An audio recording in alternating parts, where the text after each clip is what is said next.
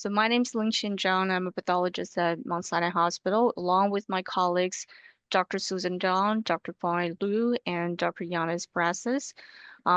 We have the pleasure to bring a series of virtual community of interest meetings on artificial intelligence for digital pathology. We appreciate the great support from Dr. Anna Plotkins and Ms. Jenny Balzac from the CPD office. And just a minute about what efforts for and our mission before I introduce our guest today. This is a collaboration between LMP and T-CAIREM. We are working together in a multidisciplinary team to help our LMP faculty and trainees to better understand the presence and future of artificial intelligence for digital pathology. What are the resources available to us, to the pathologists and researchers? What are the policy implications, and how can pathologists and engineers better form partnership to use AI tools to solve real-life problems? And I'm really glad to have our great image analysis expert, Dr. Anna Martens, to co-host today's meeting with me.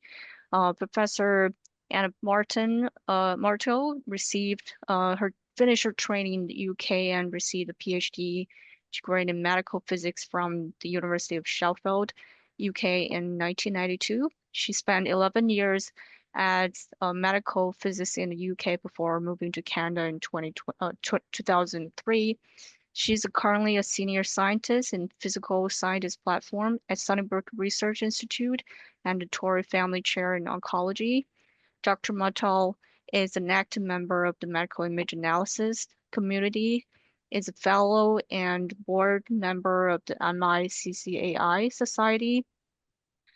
She's also a Vector faculty affiliate and, of course, a member of T-CAIREM. Her research programs focus on medical image and digital pathology analysis, particularly on applications of machine learning of segmentations, diagnosis, and prediction prognosis. In 2006, she also co-founded PathCore, a software company developing complete workflow solutions for digital pathology. Welcome, Annie. Thank you for inviting me. And we're also joined by two LMP faculties with much experience in AI, who is generally sharing their experience with us. Dr. Phedias Diamandis is a neuropathologist at UHN and a scientist at Princess Margaret Cancer Center. Phedias completed combined MD PhD program at UT and her mentorship of Doctors Michael Terrace and Peter Dirks. He pursued postgraduate training also at University of Toronto in neuropathology. His research focuses on using chemical biology, deep learning, and mass spectrometry-based proteomics to solve phenotypic heterogeneity in different brain and glioblastoma niches. And Dr. Ioannis Prassas was one of our steering member committee, is a molecular biologist and translational scientist at UHN.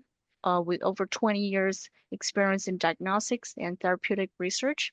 He has led multiple successful translational initiatives across academic and clinical settings.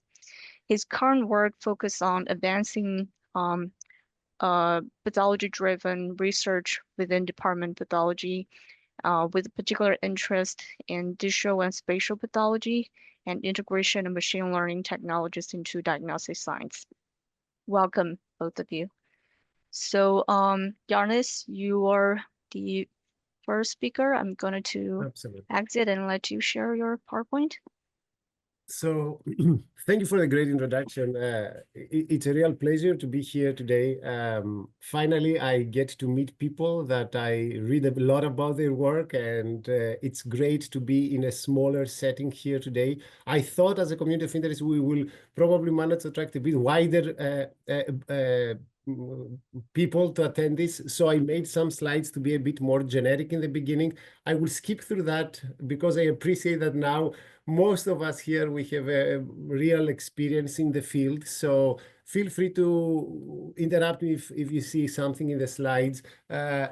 Before I start, I want to say that I want to introduce everybody to the team here. Our lead AI scientist, her name is Fateme, Dr. Fateme Zabiholahi.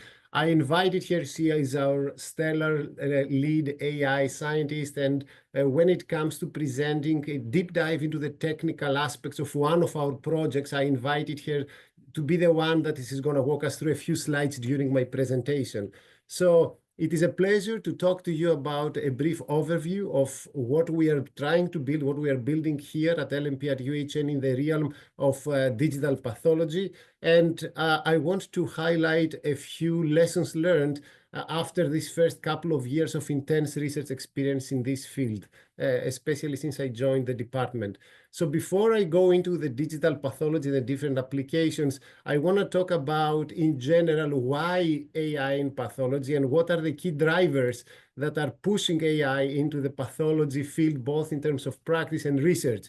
Why now? What are the different problems that we try to solve? So the first big driver is, of course, the growing data. With the emergence of these complex analytical biomedical technologies, we are really witnessing now an explosion of data. Let this be whole slide imaging, multiplex immunohistochemistry, spatial transcriptomics. Soon it will be almost impossible for a single human, for a single pathologist, to be able to manage all this amount of data. So we really need machine learning to the rescue for this. And this coincides with another problem, which is the shortage of pathologists that we do witness in many regions.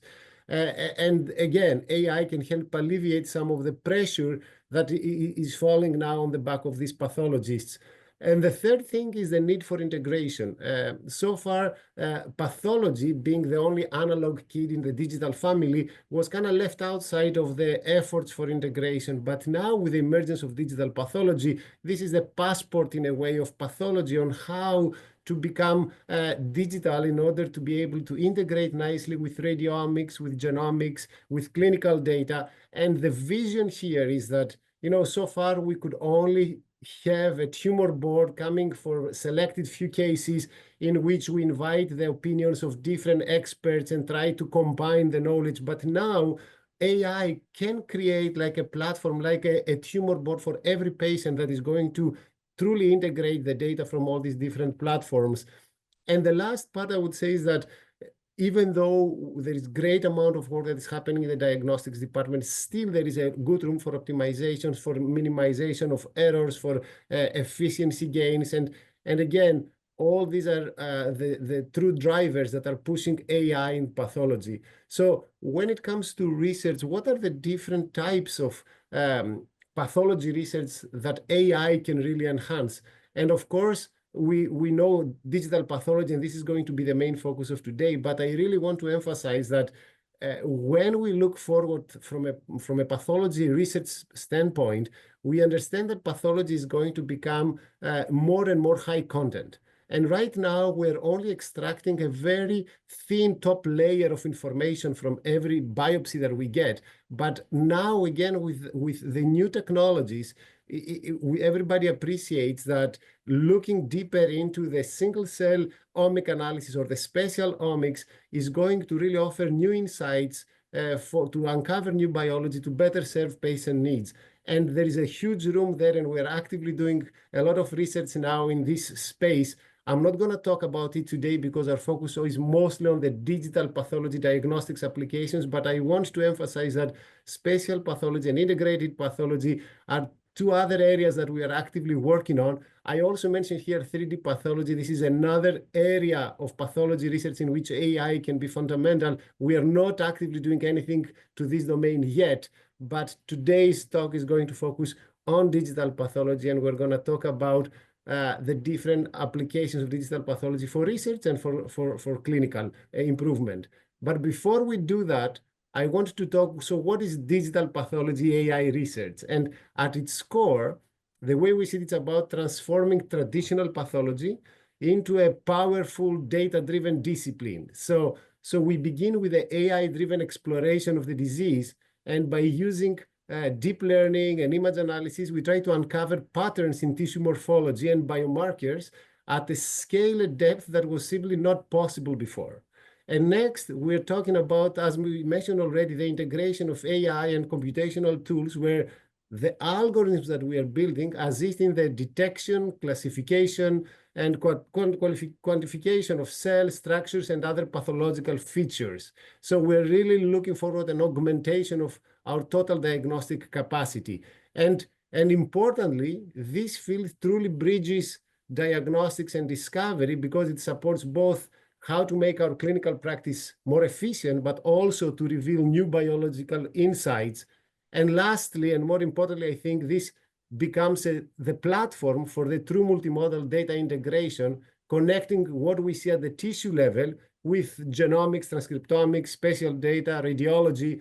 And by doing that, we offer an enormous, great new promise for understanding complex diseases like cancer and ultimately, of course, deliver better personalized care. I mentioned already, but I want to dedicate a separate slide into this thing to make clear that there are two different separate projects when it comes to digital pathology AI research that we are dealing with. And this is the first question that we ask ourselves when someone comes and proposes a project. Is this a project that it is on the clinical side, like enhancing pathology practices? And this includes, for example, using AI to automate and standardize tasks like immunohistochemical grading, cell counting, classification, fibrosis quantification, or helping reduce the variability and improve the efficiency in some routine diagnostic workflows. Or it is something that it is advancing research, which is, for example, we try to leverage machine learning to uncover novel biological insights, stratify patients more precisely, or build some integrated prognosticating models that go beyond the traditional histopathology. So these are two different families of projects. And when it comes from an AI point of view, we realize that despite the great variety, there are some certain major types of AI architecture that we need to build for these digital pathology projects.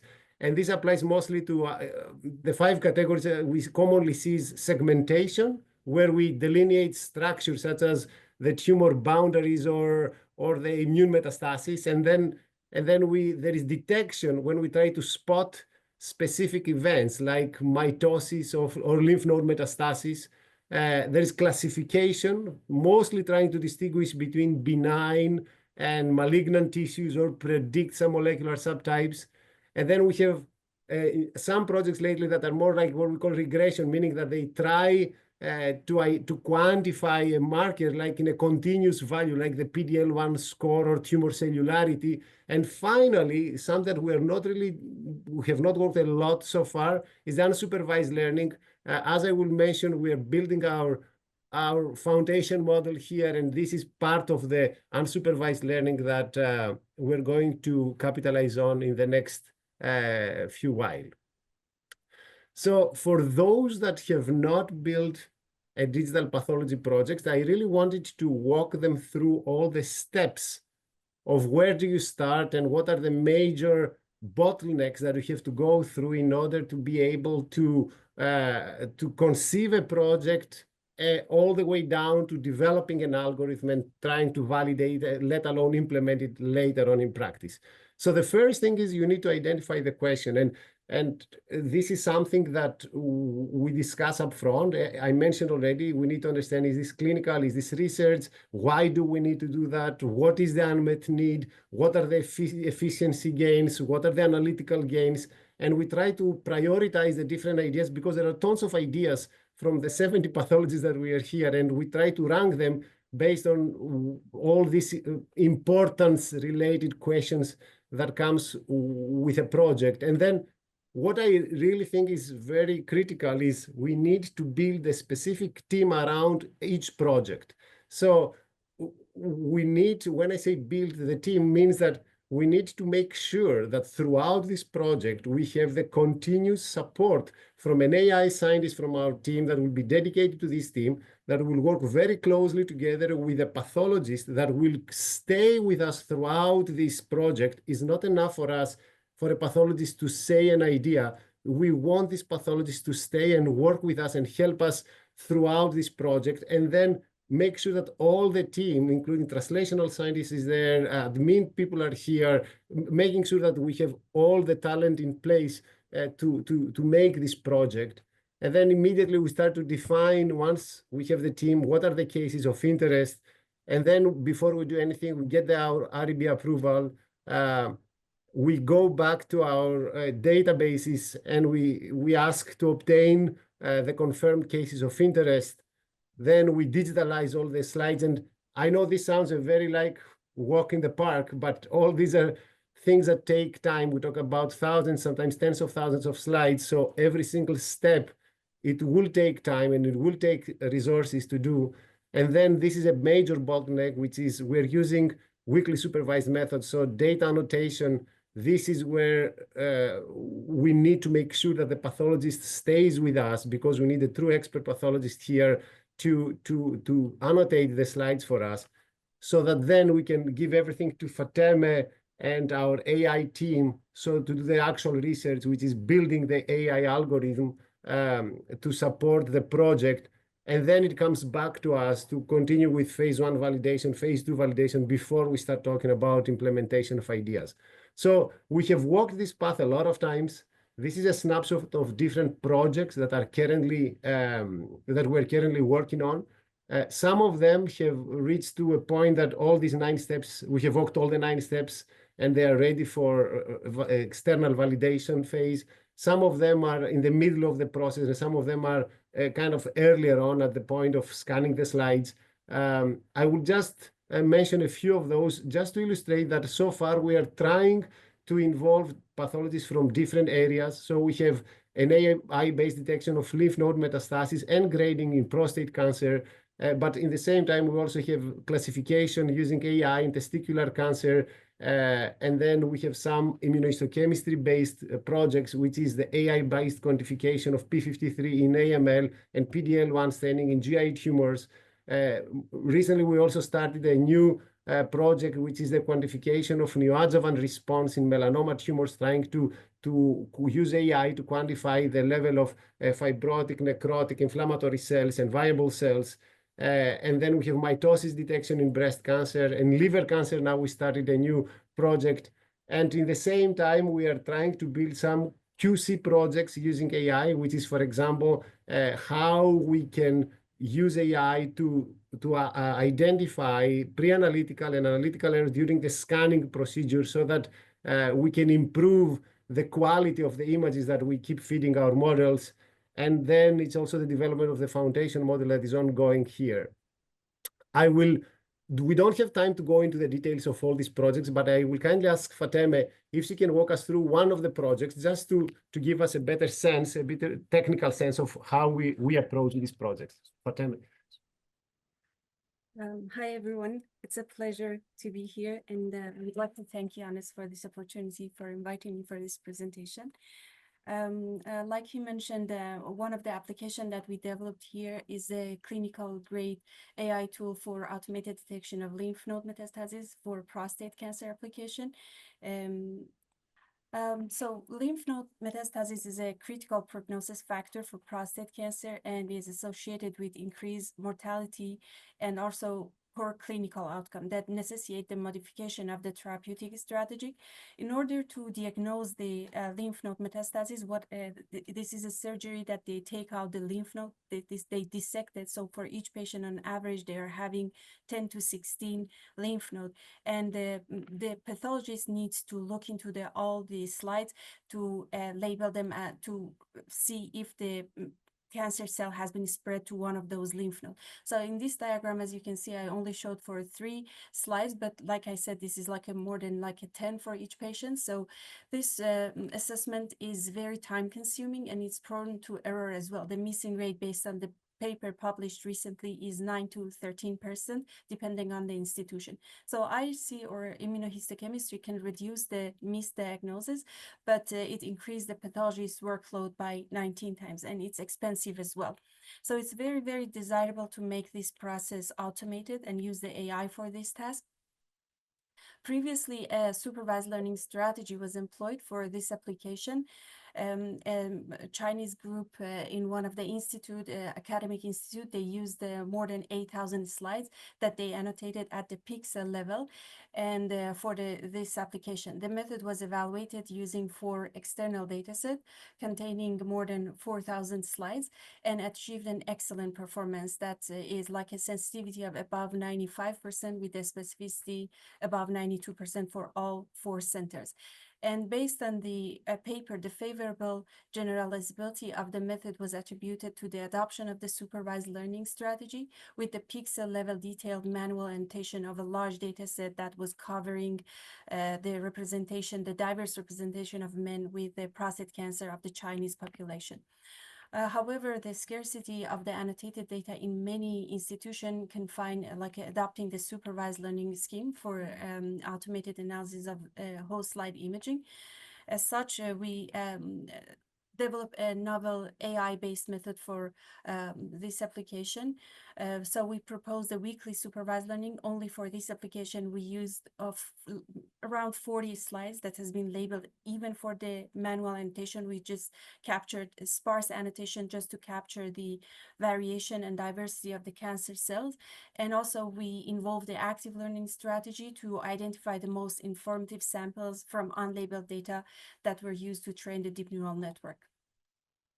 And for this data set, we used, for this model, we used 2 different data sets. One of them was from Toronto General Hospital. We used more than 890 digital slides.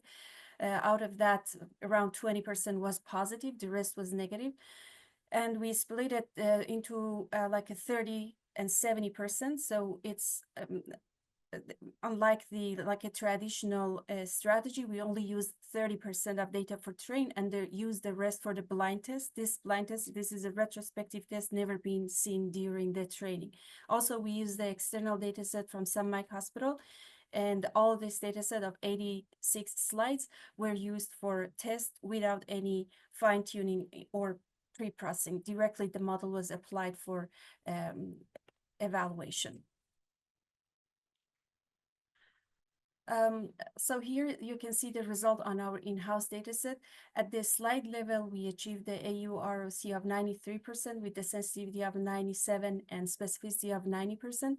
So as you can see, out of all positive cases, 4 has been missed by the AI algorithm, and we had 44 false positives. Means that we are having some negative cases that AI picked something.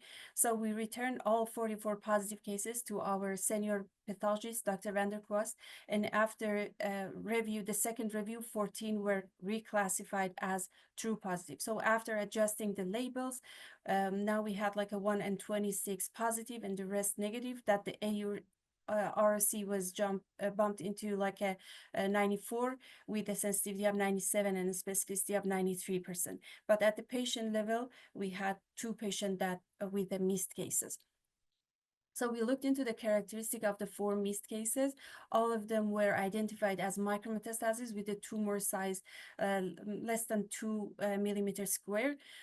Although the undetected cases were small, but the Pearson correlation coefficient between detection rate and also the tumor size was 0.17. That demonstrate a weak correlation between AI detection power and tumor size, meaning that in between the detected cases, we have many cases that were micrometastases, including all those 14 cases that has been picked and overlooked by pathologists. All of them were micrometastases.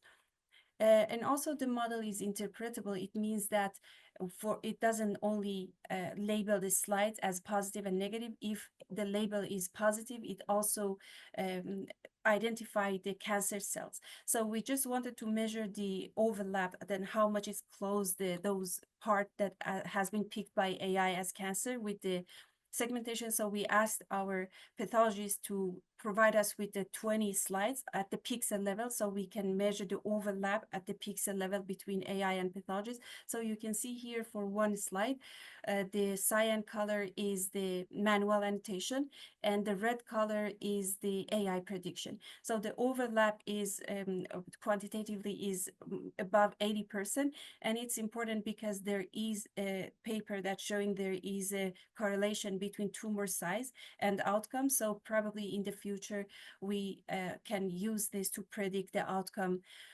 of the patient. So we performed a comparison between model and pathologist performance. Pathologist missing rate has been reported 9 to 13%, depending on the institution. In our institution, we measured it using our internal data set, and it was 11%. So you can see that the AI missing rate is 3%, while it, effectively removed 90% of the negative cases with acceptable missing rate. And also in terms of time, we asked 3 pathologists, 2 senior and 1 junior pathologist, unexperienced pathologist, to time themselves for reading 1 slide. On average, the time required by pathologists for 1 slide is 480 to 780 seconds. But on average, the required time on a GPU server for our method is 230 seconds. That, it's statistically fast, significantly faster than manual annotation, manual interview. So I think, just 1 slide is missing. So we measured on the external data, the sensitivity was like 100%. We had 17 positive cases at the first round of the performance review, and this specificity was 86%. But again, there we had 14 positive cases. After the second review, we realized that 3 of them are positive, actually positive, that increased the specificity to 89%. The next step of this study is to evaluate the scalability of the method for all the cases that exist at the TGH from 2005 onward, and also investigate whether AI can predict the patient outcome for positive cases.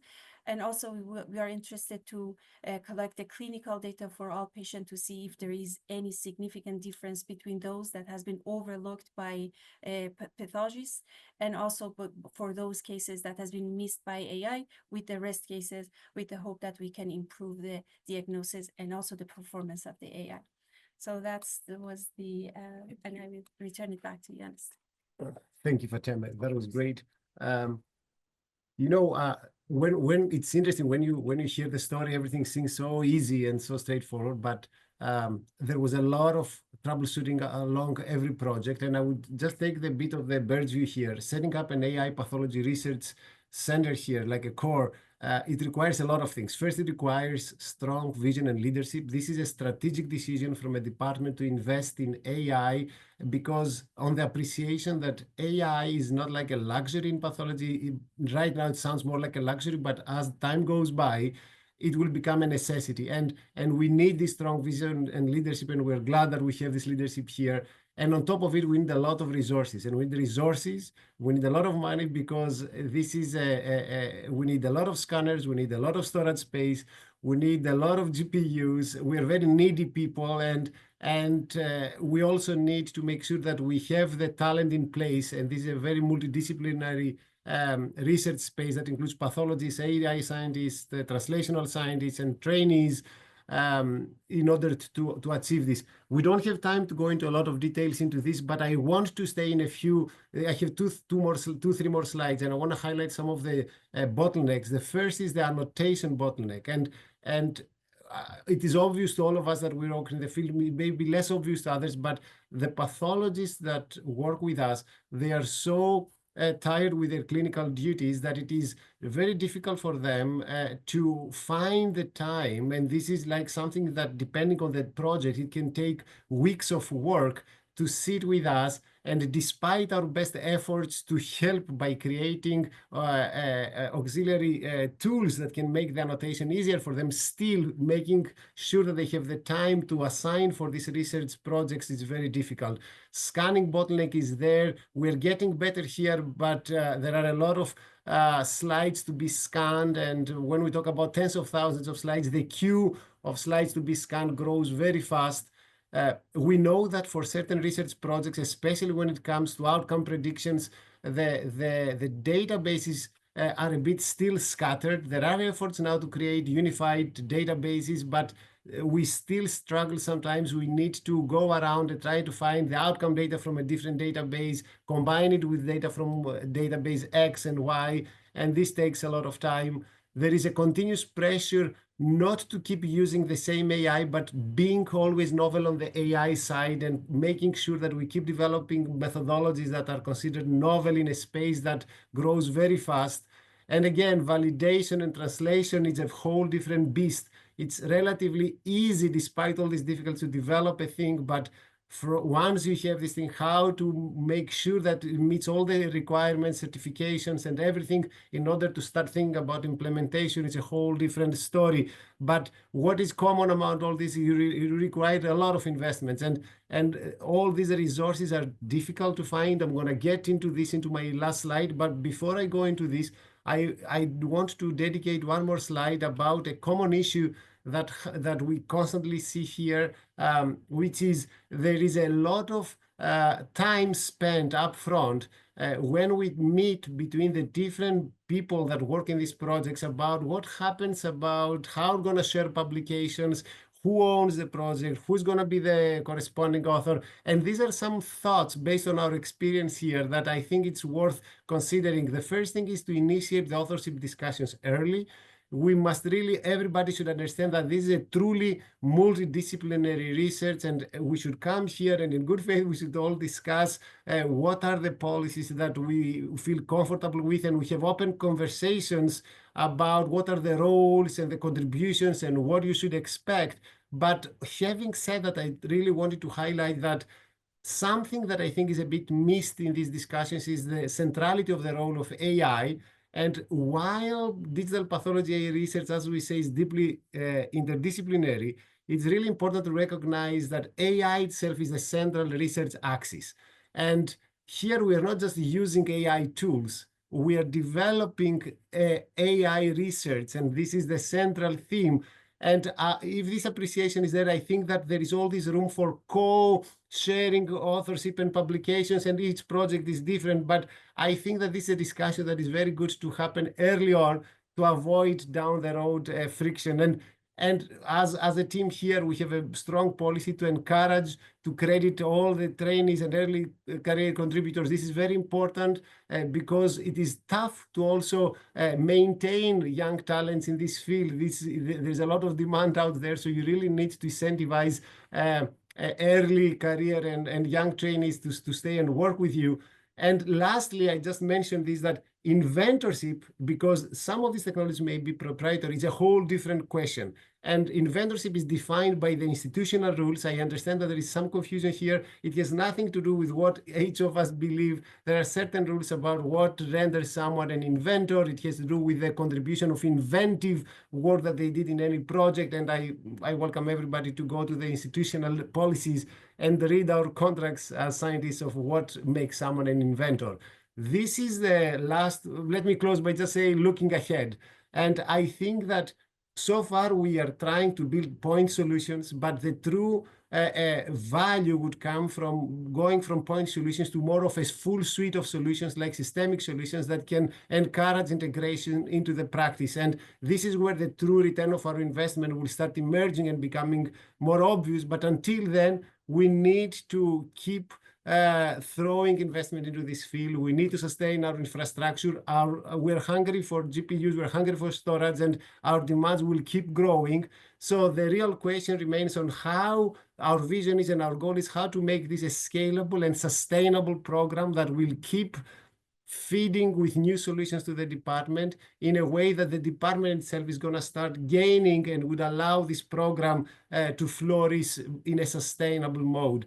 I'm happy to. I would like to thank you for listening to us, and I would like especially to thank all the pathologists that are working with us in the department. We know how difficult it is for them to squeeze time, and research is something that is time demanding, and we really could not help them enough. We would not thank them enough. And also would like to thank our trainees for the continuous work in our team here. So happy to get any discussion, any questions. Thank you, Ioannis. For interest of time, we're gonna save all the discussions towards the end. I think you have raised actually just of bottlenecks that you have mentioned is also like something that we would be, focusing discussions later. And I think there's also like some controversies like who's the center? Is the AI really the center axis, or should this be really like more centered towards pathologists or the problems or the patients themselves? So but like before that, let's change gears and welcome Phedias to the stage. Like Ioannis has been presenting some of the research more targeted towards clinical translational research, working in the clinical setting, but Phedias has some great success in the research arena, especially towards your pathology type of research. Phedias. Okay, yes, thank you. Great talk, Fatima and Ioannis. I really enjoyed it. But yeah, my group, as a pathologist, what interests me about AI is implementation. So a lot of the work we do is less about developing methodologies to solve problem Y, but trying to develop methodologies that may entice more clinicians to consider adopting this in their daily practice. And one of the most recent projects that we've wrapped up is called Pharo, which is basically an online platform to help collaboratively crowdsource computational pathology. And really the solution that I think this solves is the annotation challenges that Ioannis suggested, and trying to go from point solutions to more systems level solutions for pathology, which I think are major bottlenecks for the field. I'll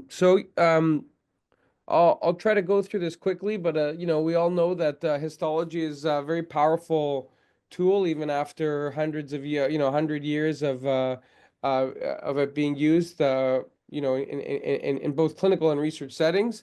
We can make diagnoses, we can find features that would upgrade a tumor, and it's not only important for diagnosis and staging and grading tumors, but it's very fundamental for research, because we're basically seeing cells creating disease. So it's a very powerful discovery tool for us to better understand diseases that we don't have effective therapies for yet.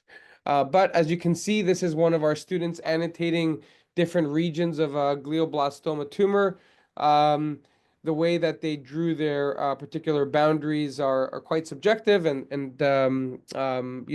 if you ask 5 or 6 people, you'll get different annotations drawn out for these sections. So there is a need for objectivity in pathology, and I think that's where the opportunity of automated computer vision analysis comes in. And of course, we all know that AI has really had breakthroughs in image analysis, especially when you have large cohorts of images with specific labels. And in pathology, we have large archives of expert annotated images as we provide diagnoses to patients and their tissue. So wouldn't it be nice if we apply AI to this amazing resource to try to automate some of these subjective steps? But the major challenge with using whole slide images and pathology reports is that the slides are too big. These are gigabyte size images at the resolution that you need to resolve the cellular detail. So the kind of practice in the field, as many of you know, is to chop up the image into more manageable image patches, and then and then try to use those as the input for these neural networks. The challenge here, as you see, is that a diagnosis at a slide level or at a case level may not necessarily be found at each patch, as some patches here in the light pink areas may not have tumor. They're purely necrosis. So there's a need to have these subspecialized experts that are busy to spend their time better annotating these image patches. But if we could solve that, then the workflow is actually quite straightforward. You can input thousands of these labeled images into these neural networks and kind of fine tune or just refine the way that they analyze the images to associate specific patterns to diagnoses. And then you can make predictions like classification, risk prediction, as Yanni mentioned. And this works remarkably well. This is the first experiment we did maybe 8 years ago. We had a couple cases. We trained them on specific tissue types that we were interested in.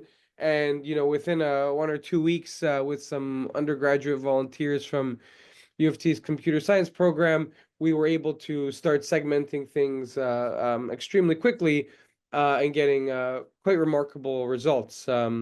So why is this very robust technology still not being used in, I'd say, the majority of hospitals, even some that have mature digital pathology programs? And so this was something that we thought of, and the thing that came to our attention was that the field is focused on point solutions. There's different rules of the game of how to diagnose a prostate cancer, as we saw, than how to diagnose a brain tumor. And even within the neuropathology field, there's hundreds of brain tumors. So the need to develop these classifiers is not one classifier, but you need hundreds of different classifiers before these tools can actually be applied to kind of a departmental-wide solution where everyone is motivated to use them in a kind of efficient way. So we thought that was a major bottleneck, is that the appeal of a lymph node detector, while amazing, may not be enough to sway a department to adopt this AI platform if it didn't have a specific solution for grading, prostate cancer grading or brain tumor grading. So we need multiple point solutions before this potentially can catch on. And the problem is that, as we saw, you need pathologists, you need AI scientists, and to solve these multiple point solutions is quite a formidable task. And then even if you were to develop them, how does one share them across different institutes in a kind of collaborative way? So we came up with Pharo as a potential solution, and the way Pharo works is it uses what I'll show is weak supervision to help scale annotation, and then uses crowdsourcing to try to develop multiple point solutions to kind of populate the kind of an encyclopedia or catalog of the different solutions that a pathology department may require. So it's basically a pathologist, and the idea here is we wanted pathologists to develop their own custom solutions, just the way someone would make a Wikipedia entry without having to know how to make a website or without having to have any AI expertise. And so we developed this website, Pharo. A pathologist trained in their histological analysis can upload a slide, and then Pharo will do what's called feature-based image feature-based clustering. So it'll chop up the image into these small little boxes. It will use features of these small image patches to group them into clusters of patches that have similar histologies, and then it will ask input from pathologists to label those regions. And as you can see, there's thousands of these little boxes, But because we've clustered them together into groups of similar patches, the pathologist now only has to really annotate a few things before they have accumulate thousands of examples for the AI to learn. And here's just a high power view of what that looks like. So here's a section of brain tissue. There's a brain tumor on the left side and then normal brain tissue on the right. So we use this kind of unsupervised approach to cluster different histomorphologies into different clusters that are shown here by these different colors. And as you can see, if you look at the individual patches that are being grouped together by the computer, they have similar histologies, but the groups are distinct between the different groups. And then the pathologist, by labeling here, for example, 5 different clusters, they're labeling thousands of images for the computer to be trained on. And then they can do that multiple times, and then until they're happy with the results, and then develop classifiers without having to code any lines of code. It all happens on the Pharo platform. And then the idea is that in exchange for this convenience, we ask them that they share the classifiers with the community. So if a brain tumor classifier was made, there's no need for someone at another institute to reproduce those efforts. It's the same way that Wikipedia works.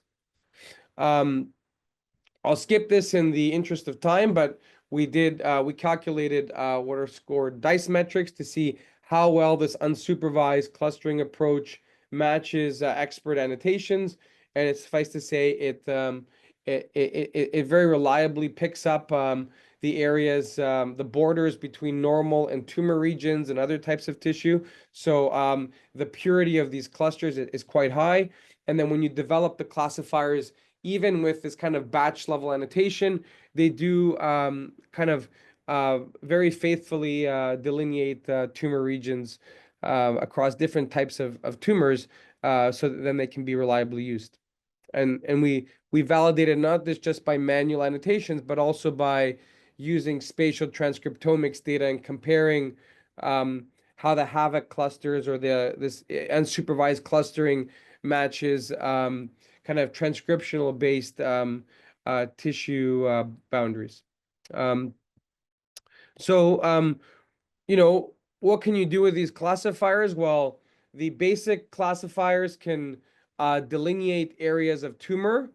If that is that useful, maybe in some applications like lymph node detection and for metastases, it could be useful, but for many other applications, it's not. So we wanted to make it more generalizable. So once you've developed a classifier to identify the tumor, we wanted to have general biomarkers that can be extracted from those areas of interest, so from the tumor areas that can that each pathologist didn't have to reinvent. Because that would be very time consuming. So we have what, once you've developed your classifier to identify the region of interest or tumor area for OncoPath, it will generate these features. We call some deep features. We have these other sets of features called biology informed features, things like cellularity, nuclear area, perimeter, circularity. Things that we understand change as a tumor becomes more malignant, becomes less differentiated, etc. A lot of people call these human design features.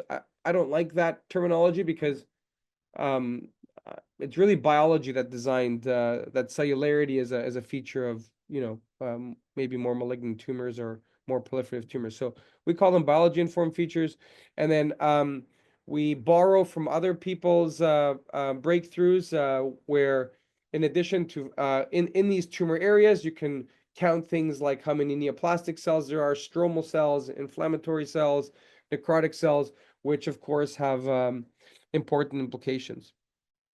So we've been hosting this site for about a year or two now.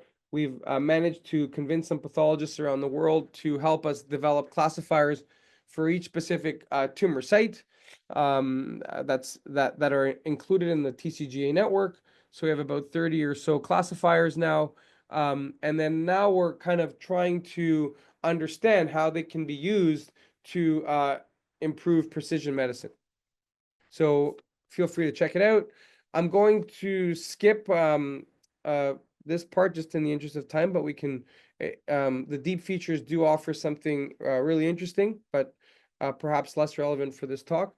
So I'm just going to skip it. But we wanted to see, can we start predicting things of interest? So one thing that is interesting about histology, it's very useful for predicting tumor grade, especially in some cancers like renal cell carcinoma. We know that tumor grade is an important prognostic marker, but requires some expertise to measure parameters like nuclear size, shape, presence of nucleoli, and integrate those into some sort of grading scheme.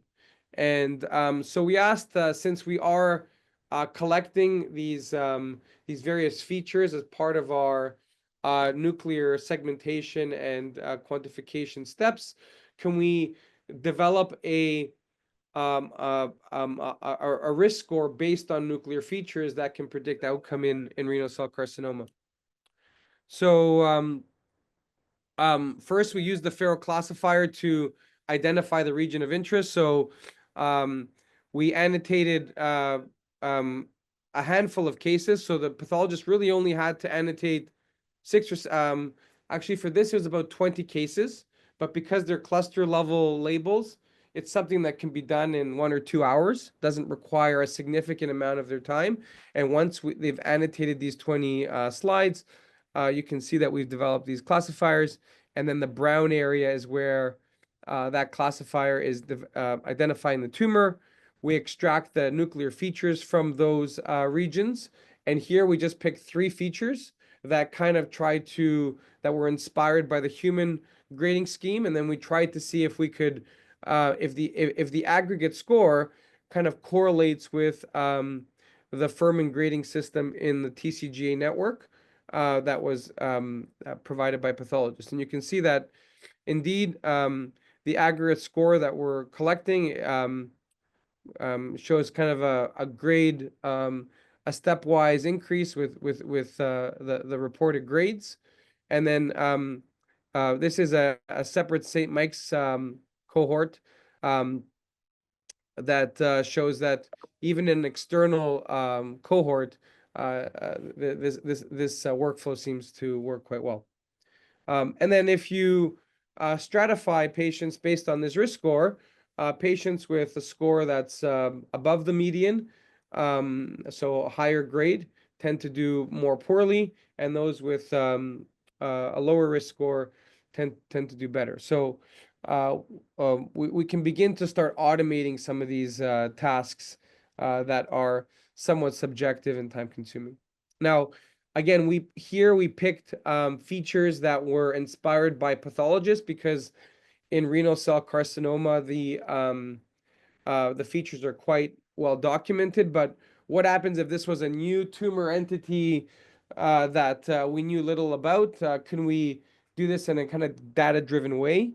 So we used a machine learning model called XGBoost survival models that basically take input these nuclear features and survival data from the TCGA network, and then try to create their own feature aggregate score without having any knowledge of how a human would derive these scores. And it can rank these features based on what it thought was important, and reassuringly, we don't have time to go through each one. The features that pathologists use, like nuclear size and nucleolus, also kind of came to the top here. So in fact, you can do this in a data-driven way, and the again, the data-driven score shows a stepwise increase with the pathologist score. So we've kind of did this in a completely unguided way. And the most exciting part was that when we developed these signature scores, the spread between the high and low risk groups was larger than when we tried to emulate the human classification score. So This may be an effective way if you have a new tumor type or one that's difficult to grade, as we'll see in upcoming slides. This kind of data-driven way is perhaps generalizable to other cancer types. And just to show you kind of the diversity of what's possible by combinatorially linking specific tumor classifiers with these biomarker feature extraction steps. We use melanoma as a kind of as a proof of concept, where we know that melanoma is a tumor that has a lot of mutations. And if the body can mount an immune response to these mutations, patients tend to do better because it's sort of like an innate immunotherapy. So we used we developed the melanoma classifier using that Phero workflow. And this was developed only on using 7 or 8 cases. So under an hour, right? You can be very specific. You can tell your pathology colleague, can I have 1 hour of your time? And you can develop a classifier that can identify these tumors, and then you can apply additional feature extractors like this one that classifies nuclei to kind of quantify how many tumor cells and lymphocytes there are in the areas of interest, which are tumor here. So we did that. We created a median score for each tumor, and then when we again subdivided tumors, melanoma tumors based on their median score, we see that tumors that have more immune infiltration, so a high TIL score, by the way we're computing it, tend to do better. So we thought that was a nice example of how you can use these additional features. I'm going to skip over this again in the interest of time, but basically we think that this is a very generalizable way where you can develop classifiers for these different point solutions. And hopefully we can start cataloging hundreds, if not thousands of these. So we have an application for each specific task that pathologists experience on a day-to-day thing. So this is an example of the flexibility, especially in the molecular era. So we wanted to see how we can use this in brain tumors. And the thing about brain tumors is that they already have a lot of molecular substratification. So simply trying to predict a specific lineage or prognosis in gliomas as a group of tumors is not inherently useful, because these tumors undergo intensive molecular subclassification. So we asked ourselves, could we first molecularly, so let's turn the paradigm upside down. Can we use molecular techniques to subclassify gliomas and then take a relatively molecularly homogeneous group of tumors? So in this case, IDH mutant 1p19q code-deleted oligodendrogliomas, grade 3. So that's very, very molecularly specific, and use histology to further subclassify those homogeneous tumors. And I'll explain why we chose this particular tumor type. It wasn't random. So this, you can see here, this is the trajectory of patients with this specific diagnosis. So some patients appeared to be, because of this 45-degree diagonal, some patients tend to do well, some patients tend to do aggressively. So it was a tumor type where there was clinical heterogeneity. So we used this workflow, we extracted nuclear features. Again, we can rank them to see what the AI is focusing on. Particularly, it was the circularity of the cells and their the cellularity and circularity of the tumors. And if you substratify them using this machine learning model, so we don't have to offer them any kind of human expertise, we can separate them into high and low risk groups. And you can see that the low risk groups, virtually no one dies in this low risk group, and then most of the morbidity occurs in the high risk group. So we thought that was a positive for this otherwise very heterogeneous group of tumors, despite it being very molecularly defined. And so, as I mentioned, I just mentioned 3 molecular biomarkers: the deep features, which we didn't have time to go over, the nuclear features, and then the kind of immune cell feature extraction. But that's just a kind of a handful. We said, what happens if there's other features that are interesting, such as mitoses, which maybe we don't need to reinvent if some other AI group has already found an effective way to do that. So part of the platform is a companion website called Codito, which allows computer scientists to upload their own solutions, and then the two can piggyback off each other. So you can use Pharo to identify the tumor region and then submit those areas of interest to Codito to extract the features of interest that may not be part of the core Pharo feature extraction pipeline. So a student that was rotating through our department was looking for a little side project, and they were able to get a mitosis detection tool working.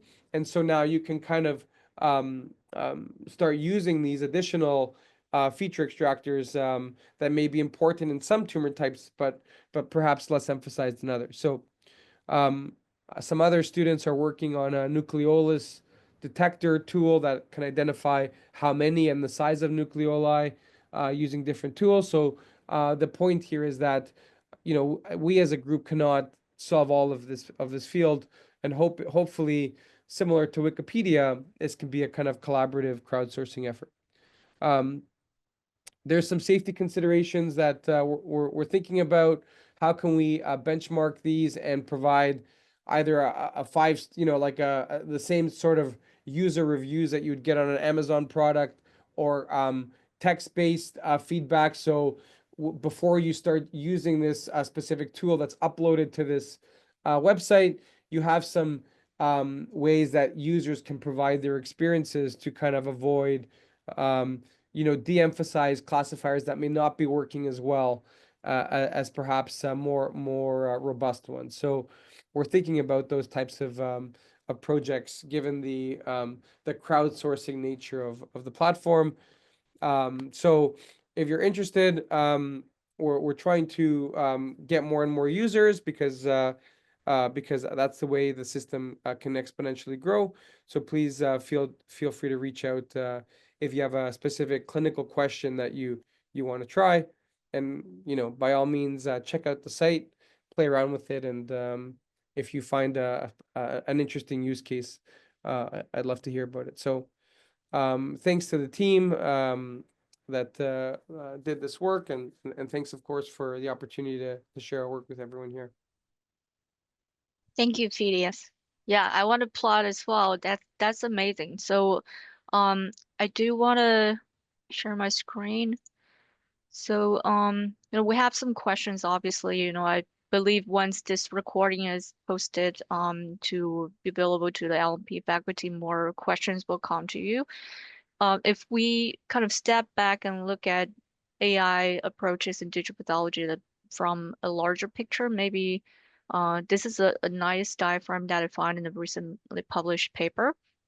There are different scales and approaches of AI in digital pathology. So obviously, like Phedias, you have done, like probably across the scales. You are an expert in proteomics, and you have done some spatial the proteomics works, and when that's combined with digital pathology, it's definitely provided more possibilities of modal data combination. I think what you just showed provided like more opportunities to identify pathology biomarkers, identify like have some automated high throughput assays.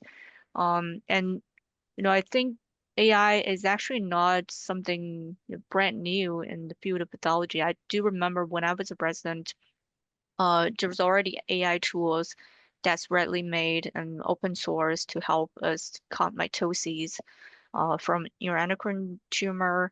And I think what Ioannis has mainly presented to us, and that excellent example discussed by Fatima is building a pipeline, which is relatively labor intensive in terms of annotations and usually requires a lot of supervision.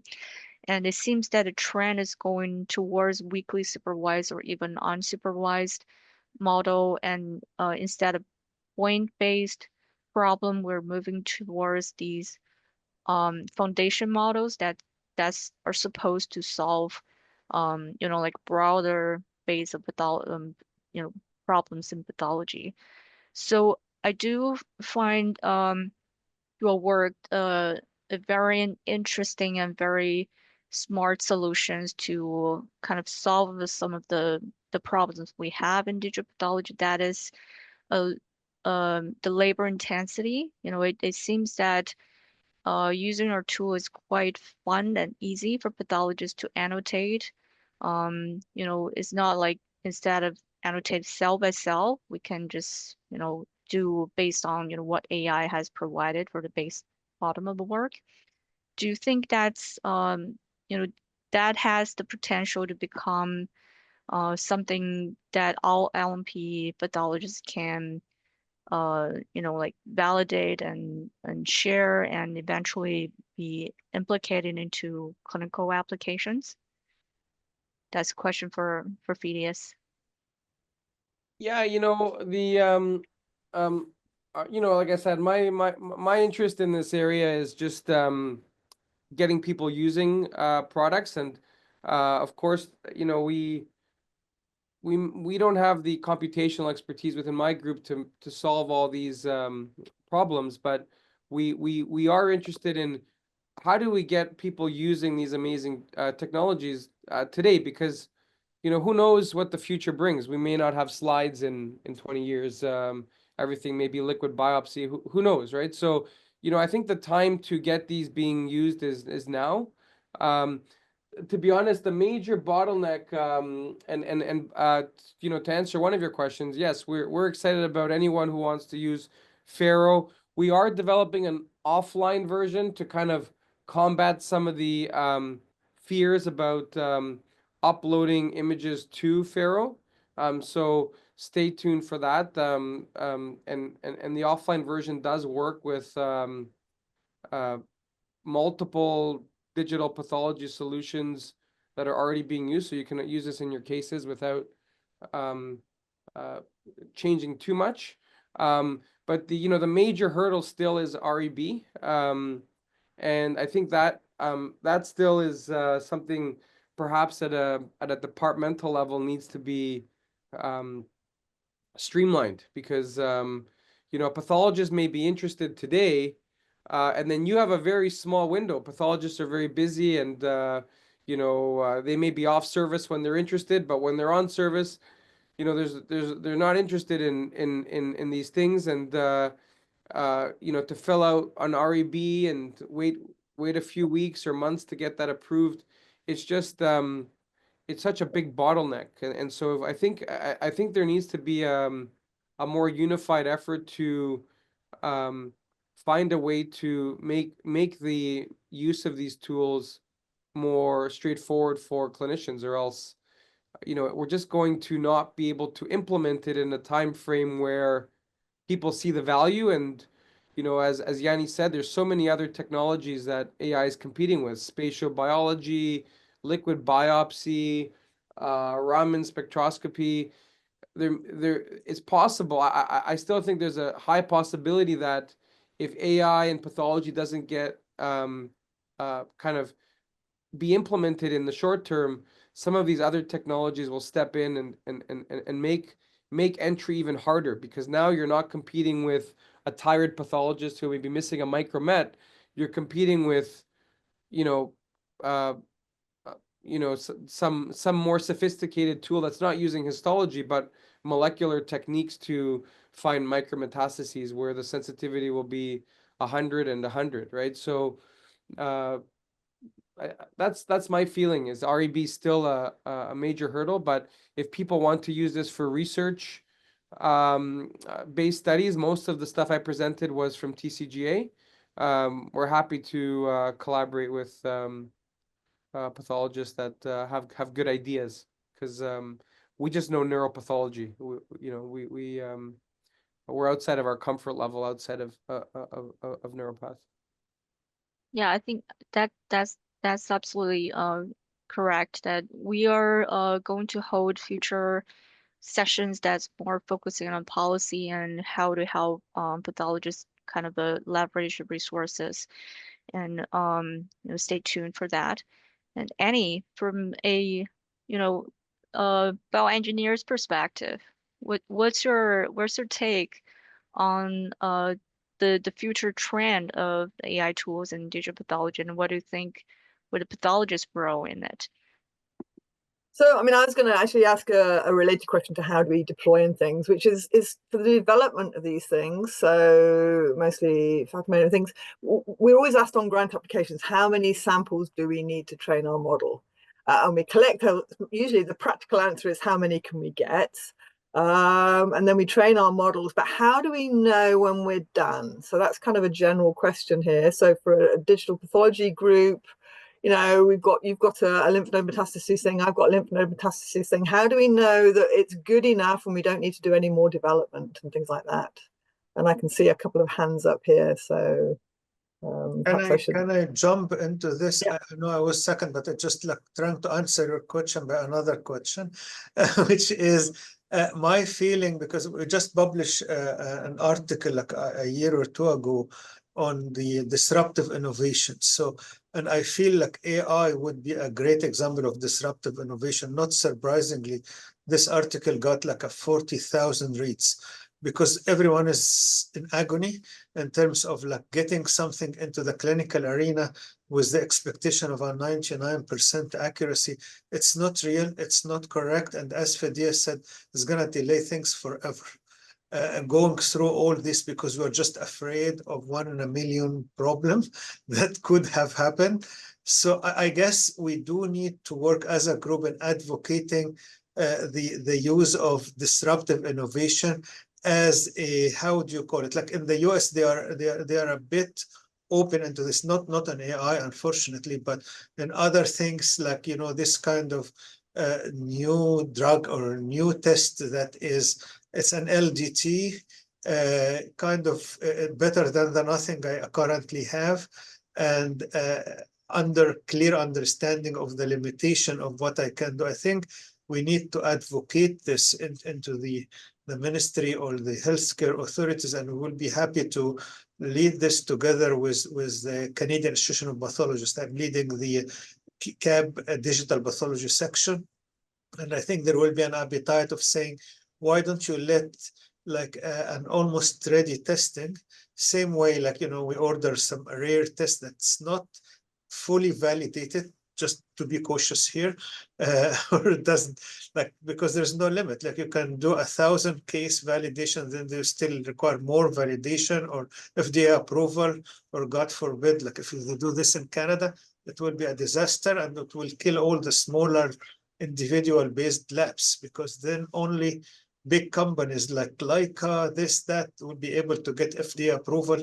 It takes thousands of dollars and many years. So I think we should move forward into writing something together, maybe based on this community interest group, saying, you know what, we need some flexibility on the experimental use of things. There are definitions, certain categories. I'll get to you in a second, but I just wanted to add on that one. So there was I remember a webinar that you participated in with Andy Evans and a couple of others.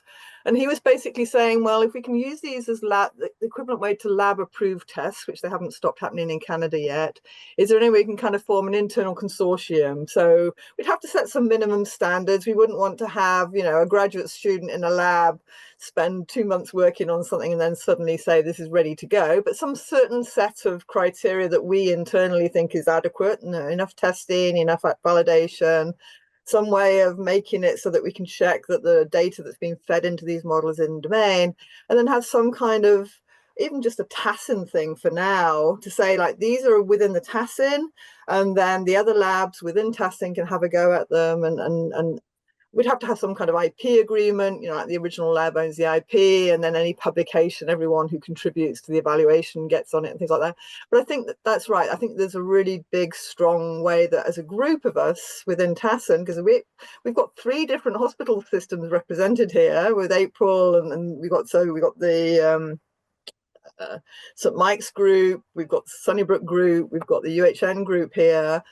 We kind of cover basically everyone here. So between us, can we not set up some kind of thing where we say, right, okay, we'll test your algorithm on Sunnybrook, you'll test Sunnybrook's algorithm at UHN, and do it like that way. And we'll get quite big critical mass pretty quickly. Yeah, it's definitely one of the goals of our community of interest, and also like future topics. We would invite Dr. George Yousef back to the panel in June after the CAP meeting, so that we can have a more in-depth discussion. So April, you have your hands up for a while. Thank you so much. Actually, I just have questions on. I agree to all of all the discussion here that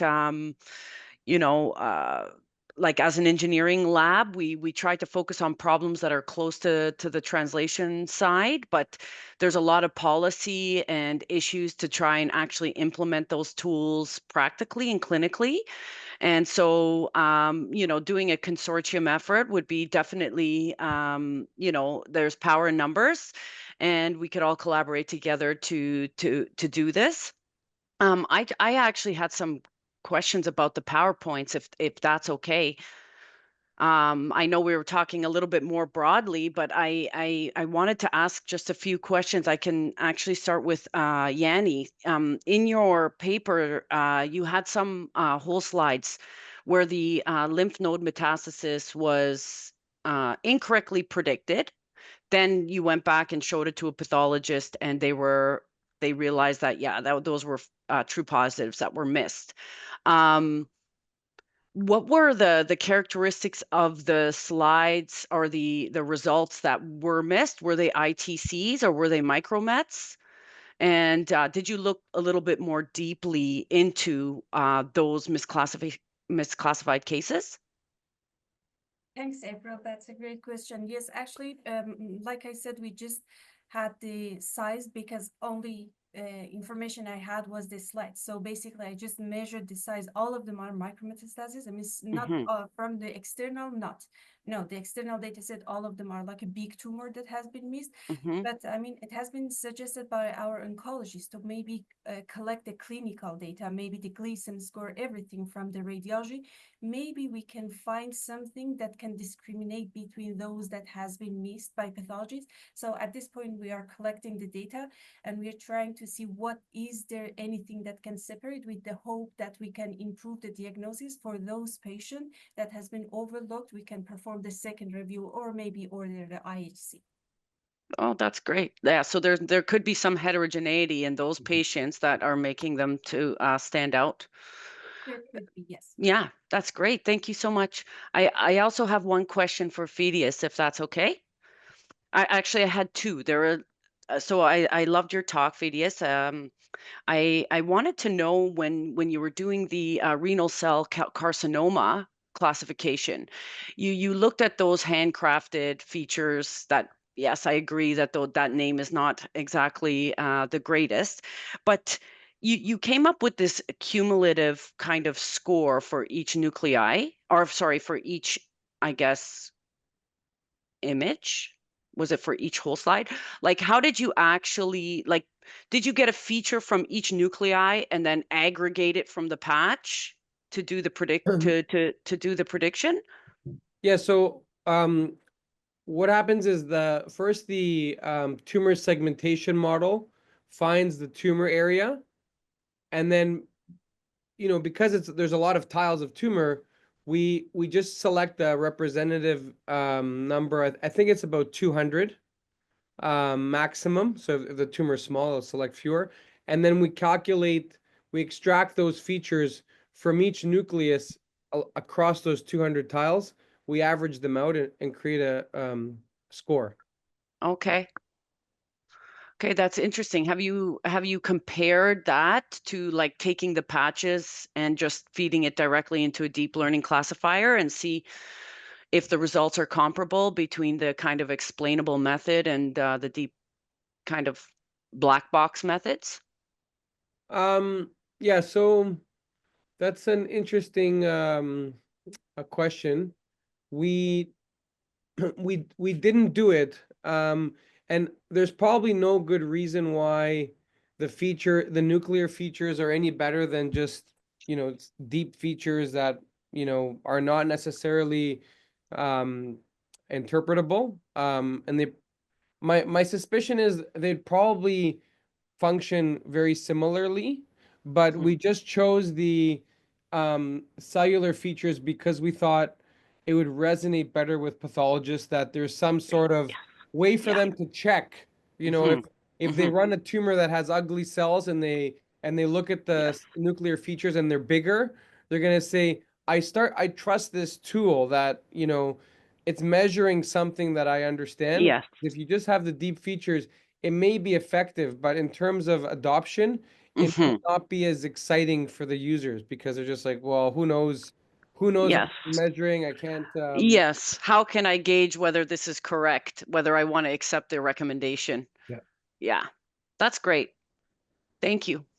I have one maybe a question or a comment. So I think for this group, I was hoping actually for more people to join, but I think one thing to attract people is the regular pathologists. When they see like this is a heavily specialized topic, then they will back off and say like, oh well, I have my own cases. I love it, but I don't have time for it. So maybe one way to attract like regular pathologists, if I want to call them, who have no interest, is to just get some spicy titles or headings for the meeting, addressing like, incorporation into clinical practice, something like they feel like, oh, I'm involved here. I need to be there to listen.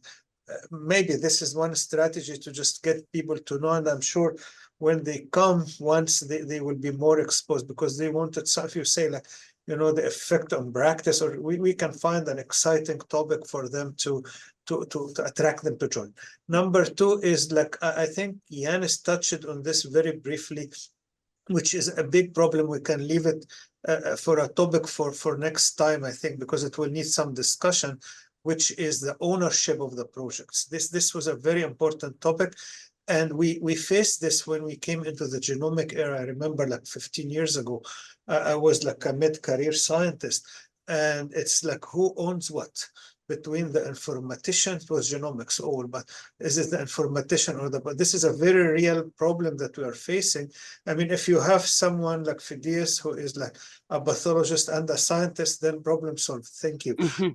But in most cases, and we did have this at UHN here multiple times, it's like the pathologist would say, listen, I am the owner of this. This is my work. If I don't annotate it, if I don't identify the problem, then you cannot do it. And then the AI scientist would claim the exact same, like, that's my project.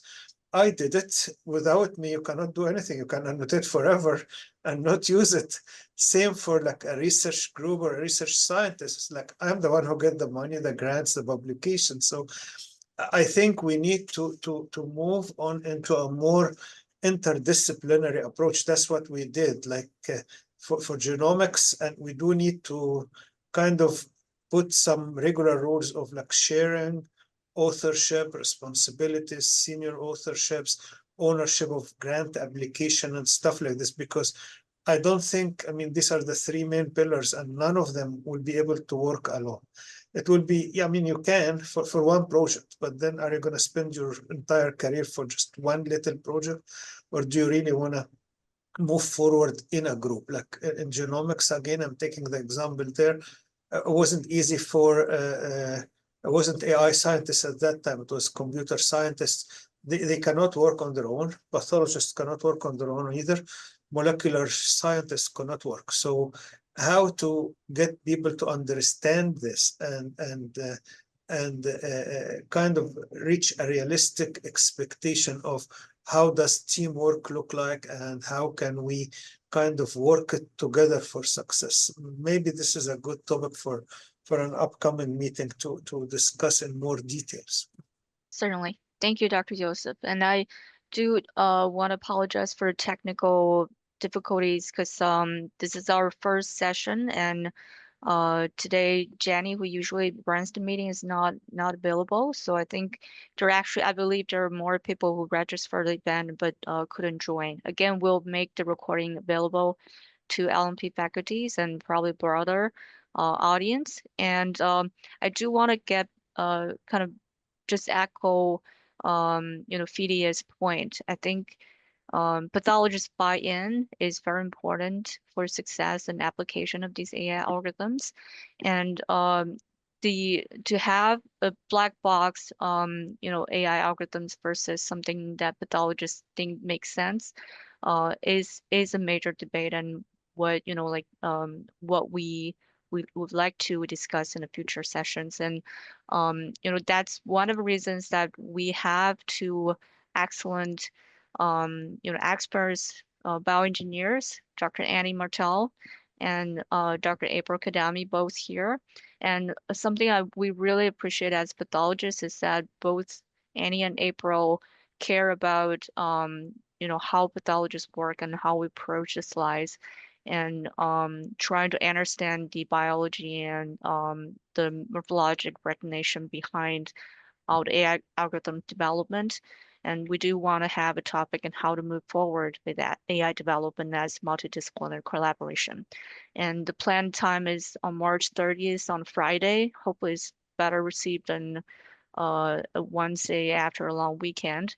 So stay tuned. We do want to just probably have 5 more minutes to wrap up. Lingxin, is that Yeah. that's May 30th, right? That's May 30th. My apology. Okay. Yeah. So I'll have that corrected. Thank you. No worries. Yeah. Just want to make sure that I Yes. have my deck ready for that Thank time. you. Thank you. Yeah. And we'll post it again on CPD website, and we'll make sure that the link will go out with the registration this time. Yeah. Lingxin, I know we're running out of time, but can I throw just one? Because this idea of ownership of data is very important.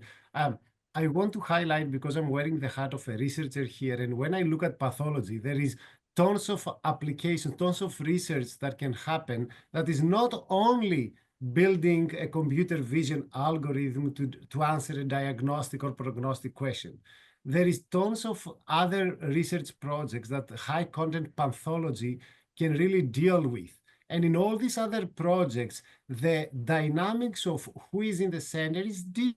For example, if someone wants to discover new biology by doing spatial transcriptomics and they want to use some AI tools, it's a very different approach compared to a project that it is heavily based on computer vision, specifically building an algorithm to answer a question. So I don't think that it's a common approach to everybody, and it is nice if there are pathologists that they have interest for research. It is fantastic, and we should not only look at it through the narrow vision of computer vision for diagnostic applications. We can use AI for tools for many other research questions, and in these research questions, the centrality of the role of pathologist is different. That, I think, is an important consideration when we try to see how do we value the relevance of each partner into this multidisciplinary collaboration. Okay. Thanks, Janice, for the comment. Anna, just one last comment, maybe before we wrap up.